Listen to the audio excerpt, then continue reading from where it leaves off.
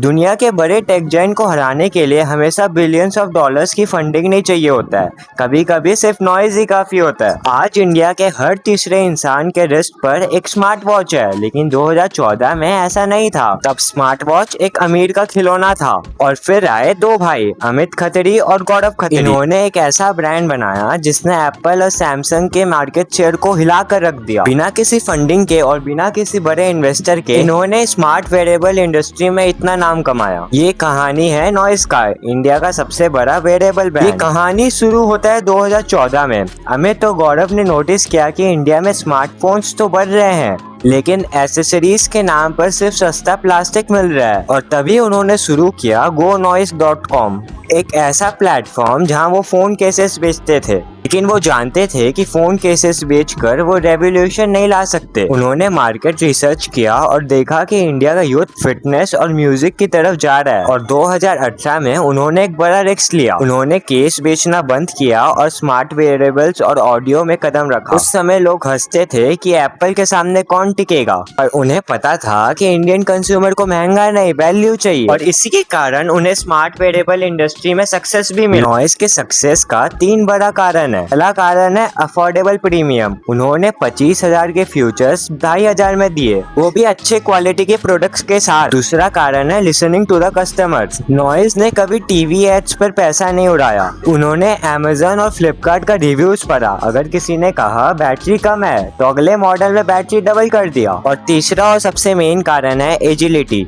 जब तक एप्पल एक वॉच लॉन्च करता, नॉइस 10 अलग डिजाइन लॉन्च कर देता था। इसी के कारण उन्हें मार्केट में अडेप्टेबिलिटी बहुत फास्ट देखने को मिला। और इस वीडियो का सबसे शॉकिंग पार्ट, नॉइस ने 9 साल तक जीरो फंडिंग उठाई। जहां बोट और बाकी सारे इन्वेस्टर्स के चक्कर काट रहे थे, नॉइस अपना प्रॉफिट से ही ग्रो कर रहा था। इसे कहते हैं बूटस्ट्रैपिंग। जब उन्होंने पहली बार फंडिंग लिया, तब तक वो एक प्रॉफिट मेकिंग कंपनी बन चुका था। FY 23-24 में इनका रेवेन्यू 2000 करोड़ का मार्क को टच कर गया था। ये दिखाता है अगर प्रोडक्ट में दम है तो पैसा खुद पीछे आता है। लेकिन इनका सफर बिल्कुल भी आसान नहीं था। नॉइस के 2 बड़े प्रॉब्लम बहुत जल्दी फेस करना पड़ा। पहला, चाइनीज ब्रांड का टैग।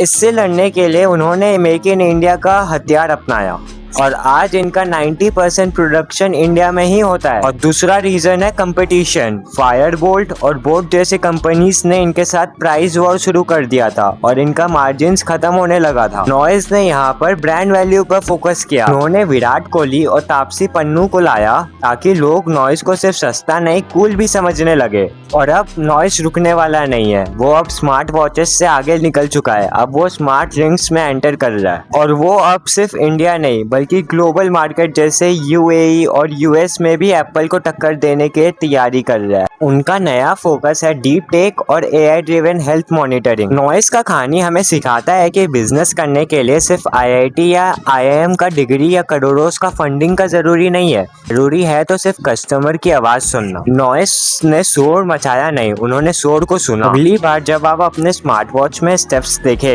याद रखना वो सिर्फ एक गैजेट नहीं, एक इंडियन ड्रीम है जो सच हो चुका है। सो ऐसे ही अगर आपको मेरे वीडियोस देखना पसंद है तो मेरे चैनल को सब्सक्राइब करना मत भूलना, और इस वीडियो को लाइक करके ही जाना।